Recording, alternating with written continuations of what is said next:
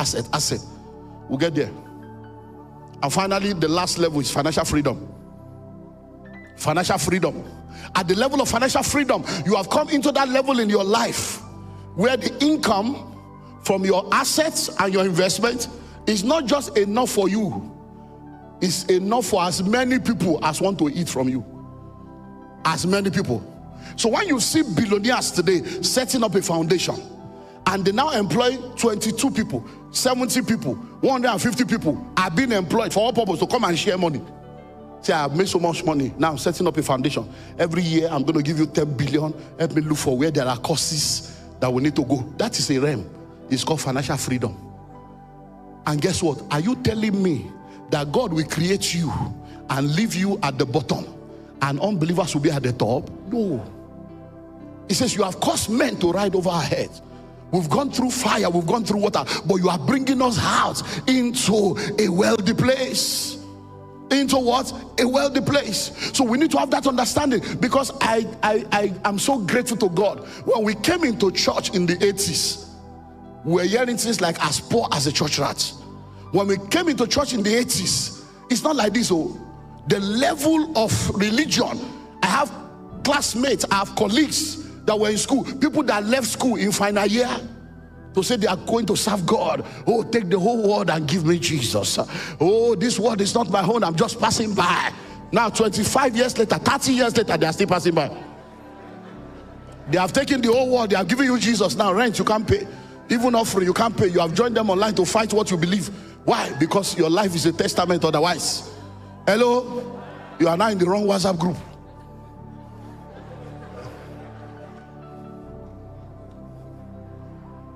But one of the things that God began to help me to understand, He says, son, I'm the creator of all but the savior of some. And as a creator, I have a responsibility to my creation, regardless of what they think about me. So God is the one that created everyone. I can tell you for free, there is no rich and wealthy man on earth today. The principles they apply, they are the principles of the kingdom. Hello? Principles are universal. Anywhere you are, principles are universal, but the application of those principles are personal, contextual, and geographical. Principles are universal. The law of gravity. So whether you jump up in Lagos, or you jump up in Abuja, or you jump up in Tokyo, or you jump up in Hong Kong, or you jump from Australia, you are coming down. Whether you are male or female, you are coming down. It's not a respect of persons. Principles are universal, but the application of those principles, number one, they are personal. When you hear a principle, that's why a lot of people, because they don't understand this breakdown, they get confused. They say, I don't understand. Oh, this motivational speaker, aspire to perspire to acquire. Hey, they just be motivating people. And I don't understand. I've read that book, it didn't work for me. No. When you read any book, you get any information, get the meat of it, which is the principle. When you have gotten the principle, you now ask yourself, personally, how does it relate to me? Because there are principles you will hear that you cannot yet apply. Hello? Because when the principle came, it met you below ground zero. So if I tell you now, you need to save 10% of your income, is it not somebody that has income that will save? So don't judge me for telling you to save. Understand that, I need to save, oh, but God, you know I don't have income first. So now I know that when I start having income, I have to say, so Lord, let's shelve that principle first. Settle me with income first. When income starts, then I will start saving. Not that you say it's a lie. It's not a lie. It's your life that is a lie yet. So principles are universal, but the application is what? Personal. Number two is contextual. What's your context? You are a single parent with 4 children and a responsible man. And somebody else is married to a man that takes care of all the bills. The way you will practice the principle will differ. I run the Billionaires Conclave and the global president, and I mentor a lot of high net worth individuals, because I started to grow as a pastor, and I'm also in the marketplace. I suddenly began to realize the disparity between church and marketplace. So I see a lot of people, they are born again, they are doing well, and I say, what church do you go to? So I realized that every time they communicate with pastors, and they are talking about turnover, they are talking about business, the man is thinking of tithes, he's thinking of how to collect their money. So they are like, is it money, sir? We are turnover is not profit, sir. turnover, the revenue. When the man hear, oh, we did 3 billion, I say, hey, you mean you did 3 billion? And then the church, we didn't see your building fund. And the guy will come to the pulpit, some of you are here. You are just, turnover is not income. It's not their money. But because the man, so I said, that's okay. I think there's something here. Because the higher you go, the fewer the people that can speak into your life. The higher you go, the fewer the people that can give you the information you need. Because if you are driving a car, you can afford to have an accident. There are many things that can save you. Other cars on the road can help you. The Corvettes can help you. People can rush you to quickly help you. But if you are flying, you need what we call precision science. Any attempt, you are gone. So the higher you go, the more you have to be sure of the kind of information you get. And that's why you need to understand. So personal, then context. What is your context? So that you be comparing yourself with people. 2 years ago, we had a lady come into the Billionaires Conclave, our annual conference. She was invited by her friends. She came into that meeting. When she came in, we're looking at her deck top. You know, some people, when they come, they look billions. I saw the shoe. We're just, even though she came in, the cologne, the perfume, all of us, we're all men. Guy, the babe just entered. Guys turned. He said, I said, guys, see, all of us we're discussing that. See, I said, So we're like, okay, new member has come. She's new. So we saw the deck up, bone straight, without a straight life. We see bag and shoe to match. Destiny is not matching bank accounts. You are fixing eyelashes. You can't fix your life. So she came in, looking all together. Day 1. Apparently, she saw somebody she knew. Day 1. Day 2, she came again, decked up. And then it was open house session to ask questions. She said, I have a question. She said, I don't understand.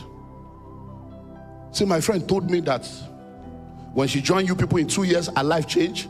And I know her, it has changed. So I said, let me come and see what magic you people want to perform in this Nigeria. See, so when I came yesterday and I heard everybody talking billion, I said, in this same Nigeria, these people foreigners. He said, but that guy, I know him. He lives on I see 2 years ago, I still borrowed the money. So I know him. And I know he's not a thief. And I've been wondering, this guy just don't blow like that. I didn't know. So, but it was yesterday when I started hearing his testimony that I said, oh, no wonder this is what this guy has been doing. He said, so sir, I want to ask a question. He said, the whole of last year. She said, the whole of last year, the turnover from all my business is less than 5 million in this Nigeria. And these people are talking billion. Sir, are you people using something? So I said, let me start by answering your question. Yes, we are using something. Everybody's using something. Just be sure the one you are using is the right one. Because you are either in the secret cause or you are in the secret place. If you are not using something, somebody is using something against you. And so we are using something. We are using faith. We are using prayer. We are using fasting. We are using holiness. We are using service to God. We are using communion. We are using something. I said, but that being said, let me ask you a question. Are you married? She said yes.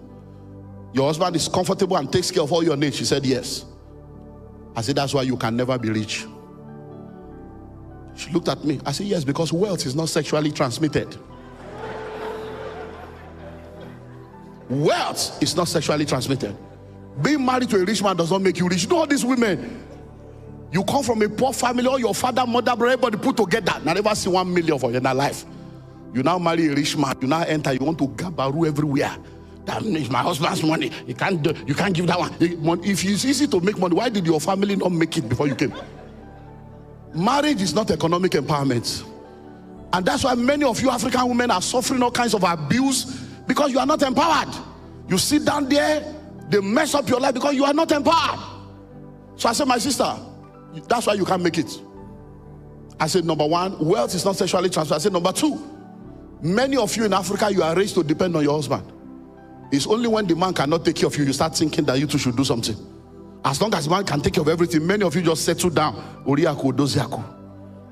You just want to sit down there and eat well. I said, my sister. He said, so excuse me, she was already, the women liberation. She was already, are you saying I should not depend? I said, my sister, cool down. Everybody with the command things, listen. You come here, listen. Humble yourself. 5 million, now you make the whole of last year. You did talk, you better keep quiet. So I said, listen to me. I said, when you came in yesterday, guys, we were checking you out. When you came in, I said, even look at what you are wearing now. That bag, that's designer, that's not fake. I said, look at your wristwatch. I said, you are, oh, look, as you did, so you are like 3 million. I said, so listen to me. I said, you don't have a great enough why to become successful. I said, no matter how much you labor, everything you can do to increase your income, when the stress is too much, you give up. Because what are you looking for?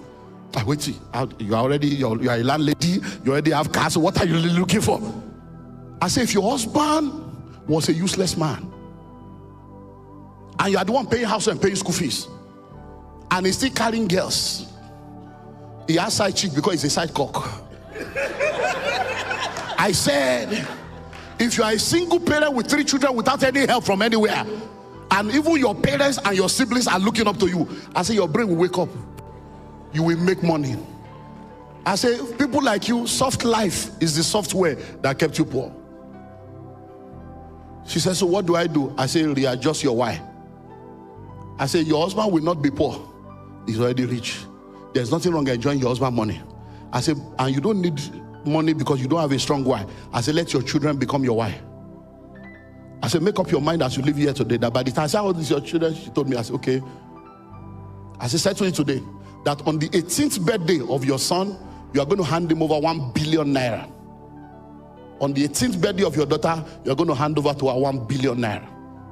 So everything you are doing now, you are running against 18 years birthday of your son and your daughter. That was 2 years ago.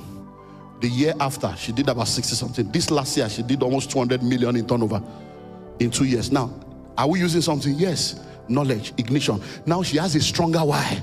The husband, he says, my husband, he said, what's all this? What are you looking for money for? He says, it's not about you, honey.